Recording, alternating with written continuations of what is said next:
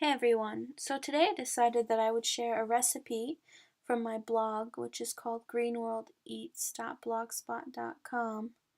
I guess technically the name is The Hungry Veg, but that's relevant. So today I'd like to share a recipe for some cookies that I make, and there are two variations. There's the standard oatmeal raisin and the apple and date variation.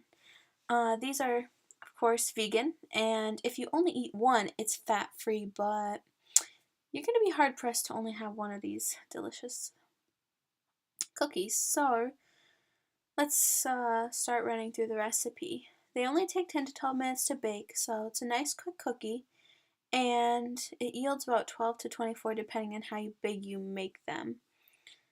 Whenever I make them, I always come out with 14. So that's just me. I don't know how to make small cookies.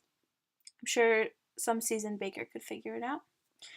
So the basic ingredients are the same for the two recipes, but there is obviously variation, which I'll run through. So the basic you're going to need is 1 cup of oats. I use instant. 1 cup of flour. This could be gluten-free. This could be whole wheat, white, whatever. Half a teaspoon of both baking soda and baking powder, a teaspoon of cinnamon, and 1/4 a teaspoon of nutmeg.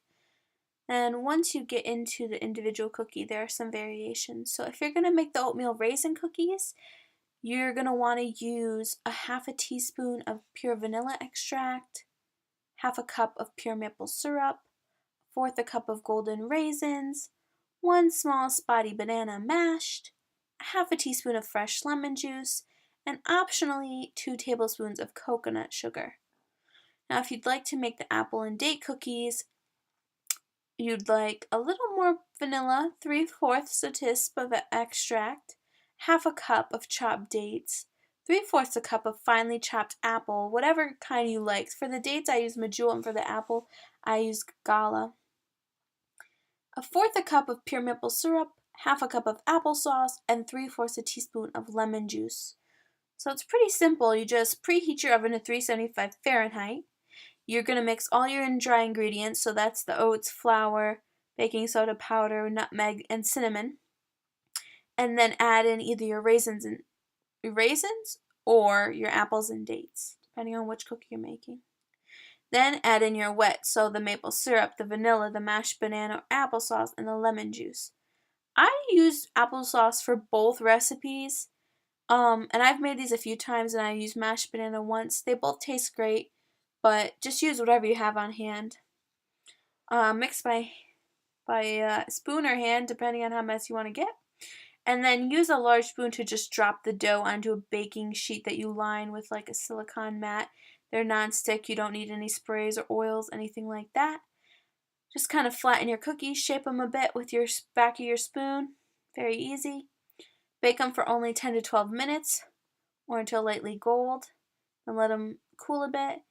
What I really love about these cookies is how soft and chewy they are, like fresh from the oven, and even, the next few days. But one thing I would just tell you is to make sure not, to eat these relatively quickly, because obviously they don't have any preservatives and they're a pretty moist cookie, so they can start to develop mold if you were to leave them on the counter for a week or something. Maybe if you're not going to eat them that quick, pop them in the fridge or the freezer, but really I would try to just eat them while they're nice and fresh, and it shouldn't be easy since they're so delicious. So feel free to check out my Instagram or YouTube. Well, you're obviously on my YouTube now, but check out my blog for more recipes. I have some desserts, I have dinners, I have breakfasts.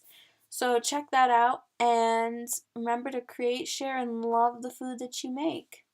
Thank you so much for watching, and have a great day.